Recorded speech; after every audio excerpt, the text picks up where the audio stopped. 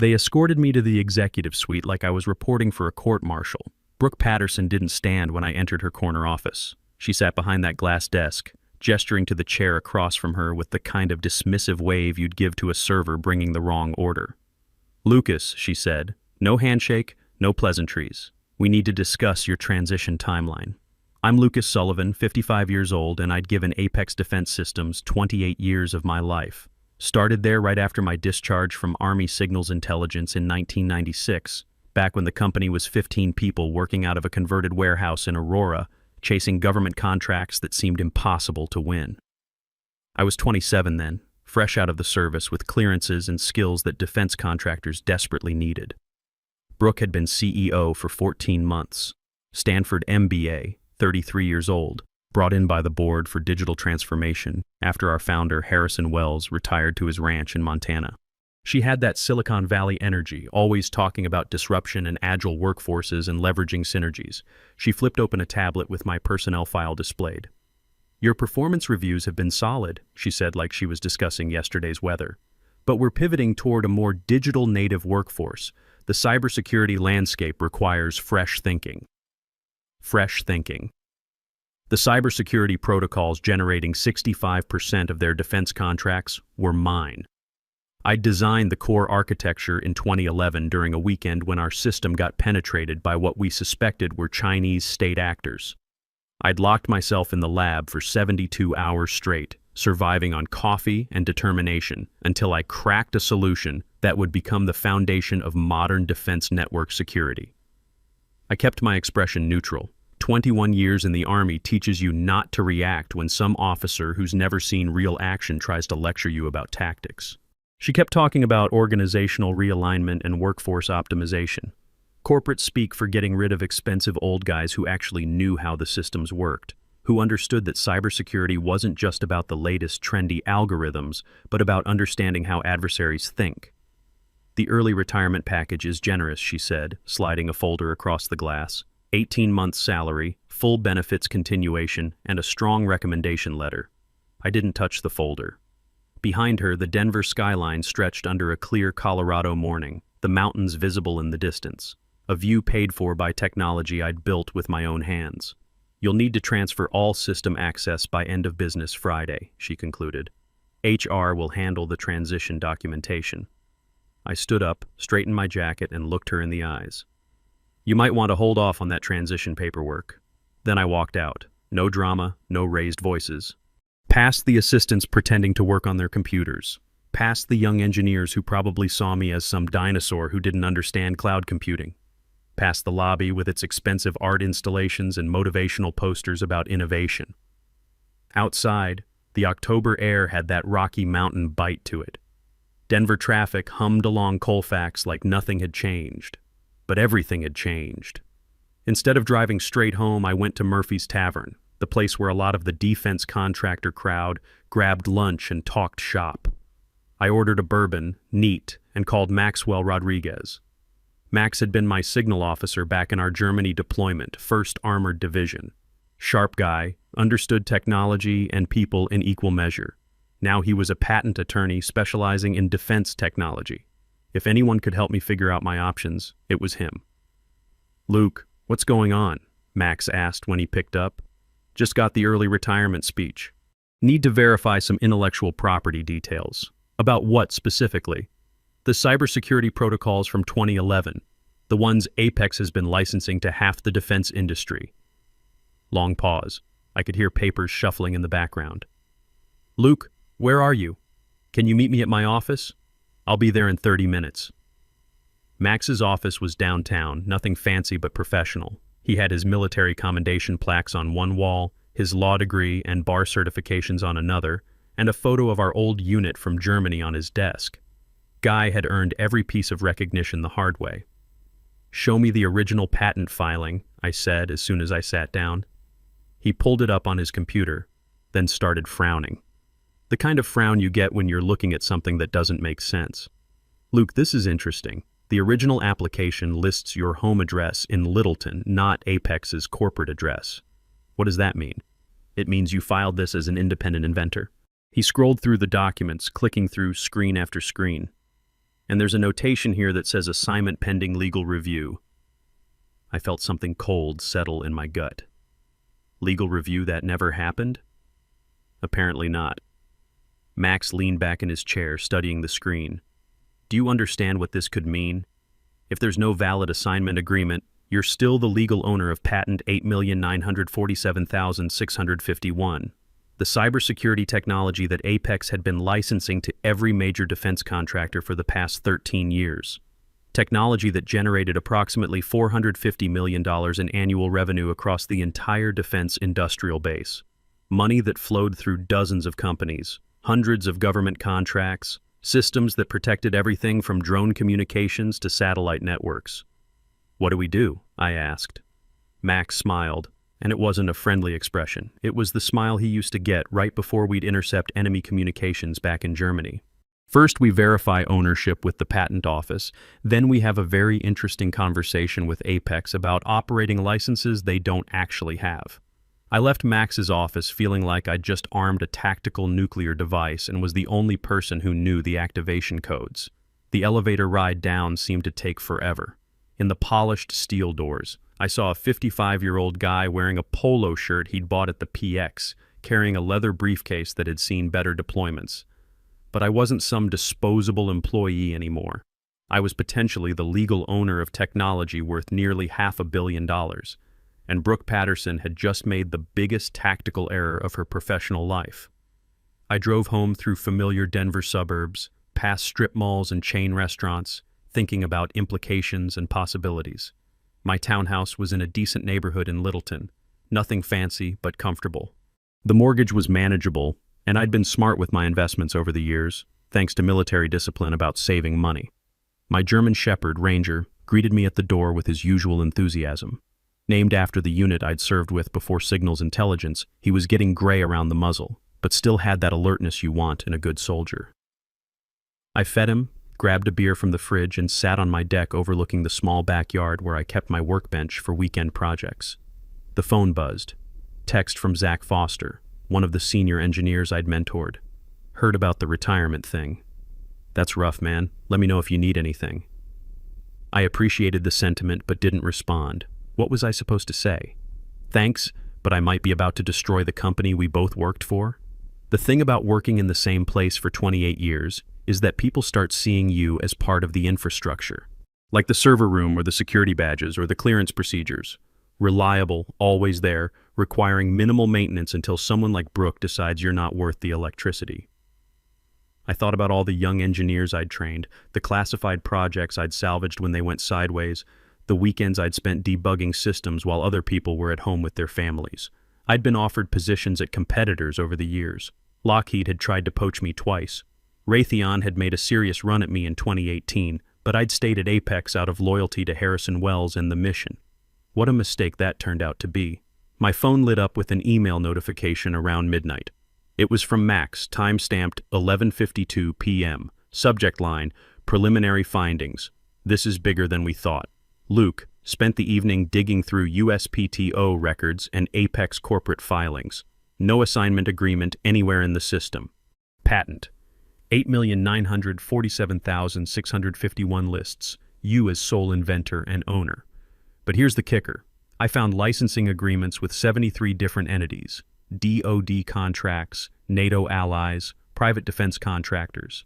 This technology is embedded in critical national security infrastructure. Meet me first thing tomorrow. We need to talk strategy. Max. I read it 3 times. Then I set the phone down and stared at the ceiling for a long time.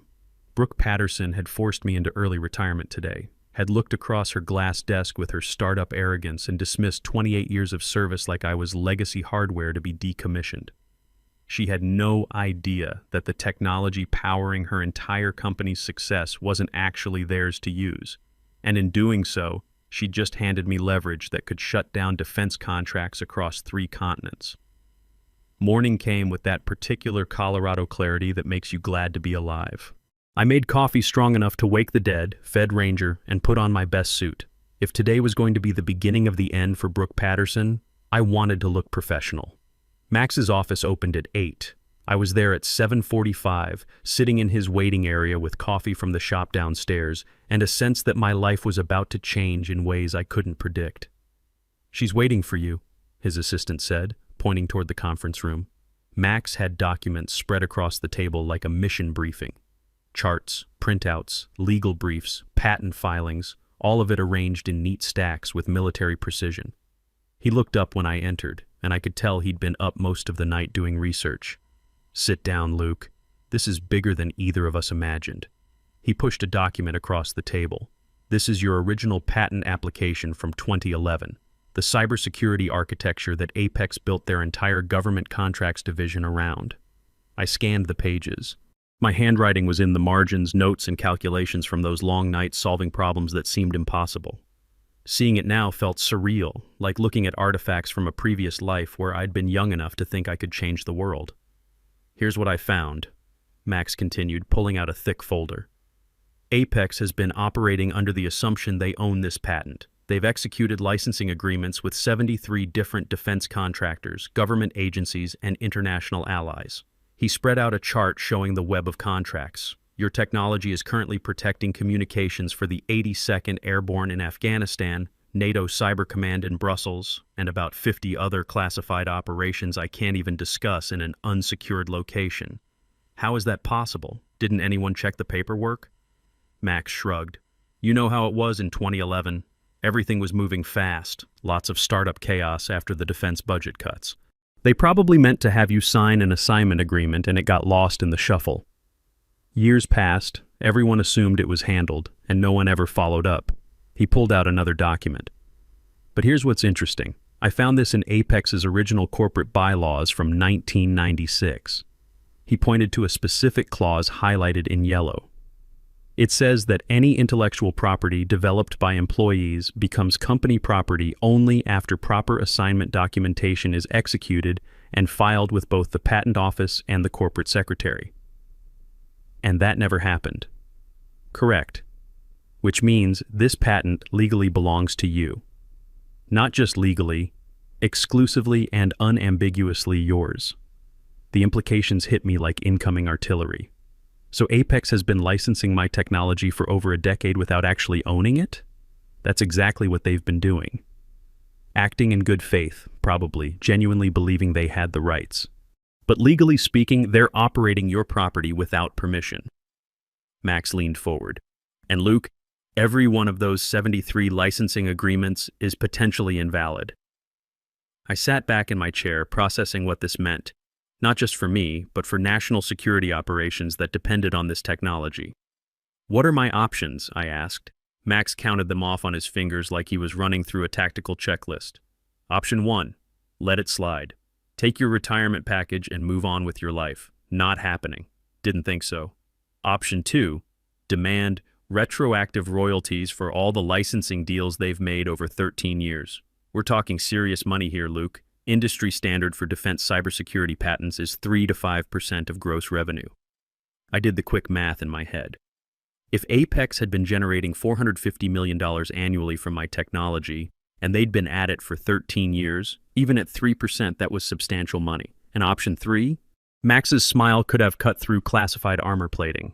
Revoke their license entirely. Force them to negotiate new terms if they want to continue using your technology, which would put Brooke in an impossible position. Exactly. She just forced you into early retirement. Now she needs you more than she's ever needed anyone. Max paused, studying my face. "But Luke, you need to understand what you're getting into. Apex has resources, expensive lawyers from white shoe firms. They'll fight back with everything they have. Can they win? Honestly? Probably not. Patent law is pretty clear about ownership, and we have documentation going back to the original filing. But they can make it expensive and drag it out for years. Plus," he hesitated. "Plus what?" "Plus this has national security implications. If you revoke the license, it's not just Apex that gets hurt. It's every military operation currently using systems built on your technology. The Pentagon is not going to be happy about suddenly losing cybersecurity protocols in the middle of ongoing operations." That stopped me cold. I hadn't thought about the soldiers in the field who might be depending on communications secured by technology I'd built. Guys like I used to be, trying to do their jobs in hostile territory. So what are you saying? I'm saying we need to be smart about this. Strategic. If we're going to use this leverage, we need to think about how to do it without compromising national security. I thought about Brooke Patterson sitting in her corner office, confident in her digital transformation strategy. About all the other experienced guys who'd been shown the door by companies that valued quarterly earnings over institutional knowledge. Let's do it. All of it. Retroactive royalties and license revocation. But we do it right. Max nodded slowly. This is going to get ugly. Good. He started gathering documents. First step is confirming ownership with the patent office. Then we send a cease and desist to Apex. But Luke, I think we should also reach out to some contacts I have in the Pentagon, give them a heads up about what's coming. You still have contacts there? JAG Core Network never really goes away. I know a colonel in Army Cyber Command who might want to know that a major defense contractor is about to lose the rights to critical cybersecurity technology. The rest of my day was spent organizing documentation at home. I had boxes of old files in my garage, notebooks from the early years, correspondence, even the original sketches where I'd worked out the protocol architecture on graph paper during that marathon weekend in 2011. Around 3 p.m., my phone rang. Unknown number. Lucas Sullivan. Mr. Sullivan, this is Jordan Pierce from Apex Defense Legal Department. We need to schedule a meeting to finalize your retirement documentation. I almost laughed. They wanted me to sign away any potential legal claims as part of the severance package. Standard corporate procedure, but the timing was perfect. I'll have my attorney review everything first, I said calmly. He'll be in touch. Mr. Sullivan, this is just routine paperwork to complete your transition. I'm sure it is, but I prefer legal counsel for any documentation. You understand. I hung up. Within an hour, I got an email from the same Jordan Pierce with a retirement agreement that was way more comprehensive than what Brooke had shown me. This version had extensive non-compete clauses, intellectual property assignment confirmations, and liability waivers that would have made a Pentagon lawyer proud. They wanted me to legally confirm I had no claims to anything I'd created while working there. I forwarded it to Max with one line. Thoughts? His response came back in minutes. Don't sign anything. This is exactly what we expected. They're panicking. That evening, I did something I rarely allowed myself. I opened a spreadsheet and started calculating. If I pursued retroactive royalties based on industry standard rates for patent licensing in the defense sector, the numbers were substantial. I ran it 3 different ways, trying to be conservative. Based on $450 million in annual revenue generated by my technology over 13 years, even at the low end of 3% royalties, I was looking at around $175 million. At 5%, it was closer to $290 million. Either way, it was more money than I could process. More than I'd earned in my entire career, more than I'd spend in 3 lifetimes. But that wasn't the point. The point was that Brooke Patterson had looked at my decades of contribution and seen nothing but an expense to be eliminated. Had reduced my value to a severance package and some corporate doublespeak about workforce optimization. Now I was about to show her exactly what I was worth. The next morning, Max called at 7:30. Patent office confirmation came through overnight. You are officially and unambiguously the owner of patent 8,947,651. I'm preparing the cease and desist letter now. How long before they get it? Courier delivery this afternoon. Should hit Brooke's desk by close of business. Make it certified. I want proof of receipt. Already handled. And Luke? I reached out to my contact in Army Cyber Command. Colonel Sarah Mitchell. She's very interested in this situation. What did you tell her? That a major defense contractor might be about to lose the rights to technology critical to ongoing operations. She wants to be kept informed as this develops. I felt a chill run down my spine. This wasn't just about corporate revenge anymore.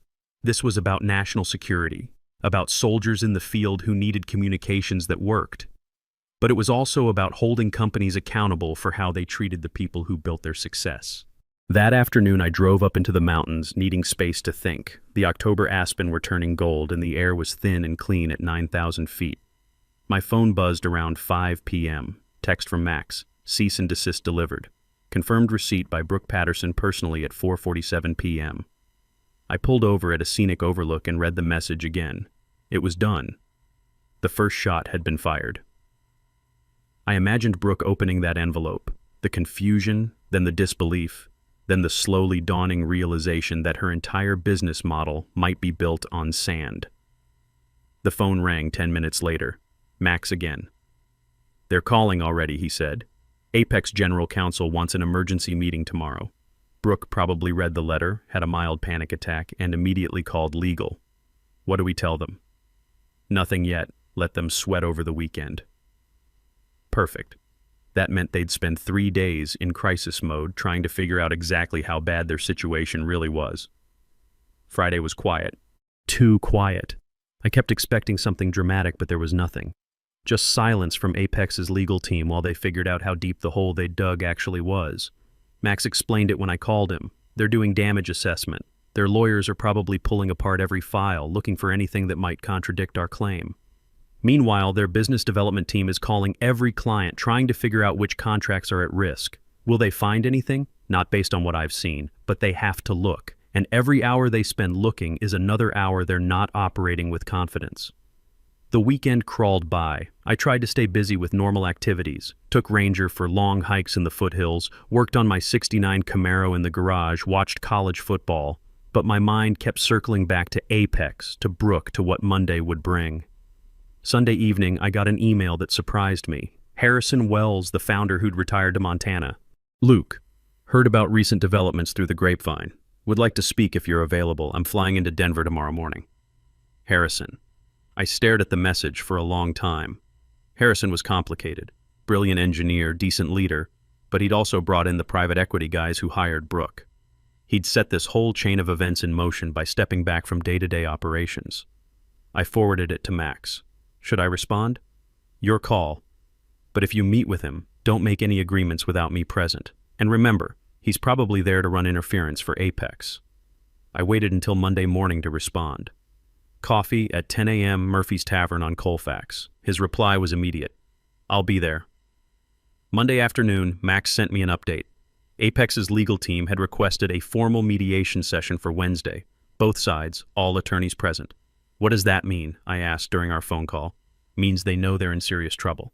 Mediation is what happens when one side wants to settle without admitting fault publicly. They're going to make an offer. How much do you think? Hard to say.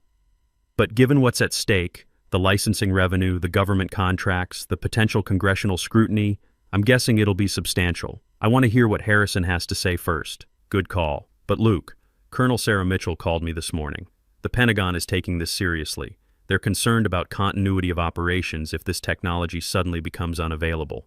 That hit me harder than I expected. What did you tell her? That we're working toward a resolution that protects national security while ensuring fair compensation for the patent holder. Tuesday morning was cold and clear. I got to Murphy's early, claimed our usual booth in the back, ordered black coffee.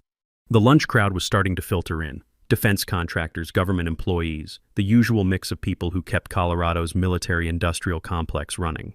Harrison arrived exactly on time. He looked older than I remembered, more gray in his hair, but still had that intensity that had made him successful in the first place. "Luke," he said, sliding into the booth across from me. "Thanks for meeting." I waited.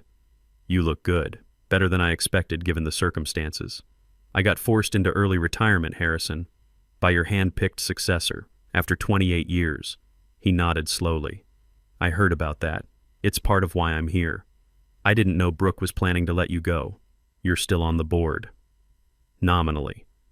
But I haven't been involved in personnel decisions since I stepped back."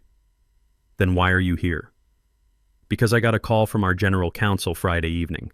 Apparently there's a situation with patent 8,947,651. He paused. "Your patent. Always was." Harrison sipped his coffee. "I'm not here to argue legalities. The lawyers will handle that. I'm here because I wanted to talk to you directly, person to person, before this becomes a full-scale war. It's already a war. Does it have to be?" He leaned forward. "Luke, I remember when you first cracked the cybersecurity problem. You came into my office looking like you hadn't slept in a week. I knew right then we had something that could change everything. Then you should have made sure the paperwork was handled properly. You're absolutely right. That's on me, on the company. It was sloppy and unfair to you. I waited. But Luke," he continued, "shutting down Apex won't fix what happened. It'll hurt a lot of innocent people. Employees who had nothing to do with your retirement. Military operations that depend on our technology. That's emotional manipulation. It's also true. Then maybe Brooke should have thought about that before forcing me out. Harrison was quiet for a moment. What do you want, Luke? Is this about money, recognition, getting Brooke removed? I considered the question seriously. What did I want? I want what's mine, I finally said. I want recognition for what I built, and I want Apex to understand that experienced people aren't disposable assets to be discarded when they become inconvenient. That can be arranged. We can issue a public statement recognizing your contributions, negotiate a fair licensing agreement going forward. And between you and me, Brooke probably won't survive this politically. The board is already questioning her judgment. But it would be better for everyone if this doesn't become a public legal battle that drags on for years and potentially compromises national security. I stood up. Tell your lawyers I'll see them Wednesday. Harrison looked disappointed. Luke, I'm done being reasonable, Harrison. They treated me like obsolete equipment. Now they're going to learn exactly how valuable that equipment really is. Wednesday arrived with the first snow of the season. The mediation was at a downtown law office, neutral ground with conference rooms designed for exactly this kind of corporate warfare. The Apex team walked in like they were attending a funeral. Brooke led them, avoiding eye contact, flanked by 3 lawyers from what looked like the most expensive firm in Denver. Max and I sat across from them at a conference table that probably cost more than my first car. Their opening offer was insulting, $75 million, a public acknowledgement of my contributions, and a consulting contract for ongoing technical support, all in exchange for a full release of claims and a perpetual license to use my technology. Max and I stepped outside to confer. They're trying to buy you off cheap, he said. They still don't understand how bad their position is. We went back in and made our counteroffer. Full retroactive royalties of $150 million based on 13 years of licensing revenue, 10% ongoing royalties from all products using my technology, a seat on the advisory board with oversight of veteran hiring practices, and a public statement acknowledging that my technology was the foundation of their success. Oh, and Brooke's resignation. The room went silent. We waited 6 hours while they huddled with their team, made phone calls, probably had emergency board meetings. I used the time to walk around downtown Denver, thinking about how my life had changed in just 2 weeks. They came back with $120 million and 7% royalties. No board seat, no resignation. I stood up. Then we're done here, Max announced to the mediator. Effective immediately, we're revoking Apex's license to use patent 8947651. They have 72 hours to cease all use. That's catastrophic, their lead lawyer stammered. For them, yes. We walked out into the snow. It was coming down harder now, big flakes that made the city look clean and new. This will go public now, Max warned as we got to our cars. Good. Let everyone see what happens when you treat people like they're disposable. That night, Max filed the license revocation with the patent office and sent copies to every major defense contractor and government agency that used Apex's systems. By Thursday morning, the story had broken everywhere. Wall Street Journal led with it. Defense contractor faces crisis as patent owner revokes license. The stock was down 15% at opening, and the financial news was calling it a potentially catastrophic intellectual property dispute with national security implications. By noon, my phone was ringing constantly. Reporters, other companies, congressional staffers, Pentagon officials. I ignored most of them. But when Harrison called around 2 p.m., I picked up. Luke, for God's sake, do you understand what you're doing? The stock is in free fall. Pentagon procurement is calling emergency meetings. Then make me a better offer. What do you want? Everything I asked for. $150 million retroactive, 10% ongoing, advisory board position, and a public acknowledgement of what I built. Non-negotiable. And Brooke? Gone. I don't care how you frame it. Harrison was quiet for a long time. The board is meeting in emergency session. I'll present your terms. You have until 5 p.m. After that, every sale they make is willful infringement. Triple damages apply.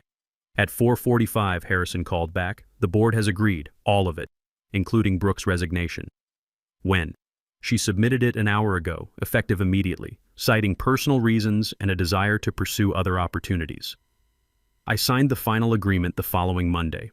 $150 million in retroactive royalties, 10% ongoing licensing fees, an advisory board position with oversight of veteran affairs, and a public statement that would be printed in every major defense industry publication. More importantly, Apex implemented a new policy. No employee with more than 20 years of service could be terminated without board approval and a formal review process. 6 months later, I established the Sullivan Veteran Innovation Fund with $25 million from the settlement. Legal support for veteran entrepreneurs who develop valuable technology but can't afford to protect their intellectual property. Because the best revenge isn't destroying your enemies, it's building something that outlasts them, and making sure the next guy in your position has better protection than you did. Here's what I learned. Companies will always see you as replaceable until the day they realize they can't replace what you actually built. The moment you become truly indispensable is often the same moment they try to dispose of you. Jax's revenge domain.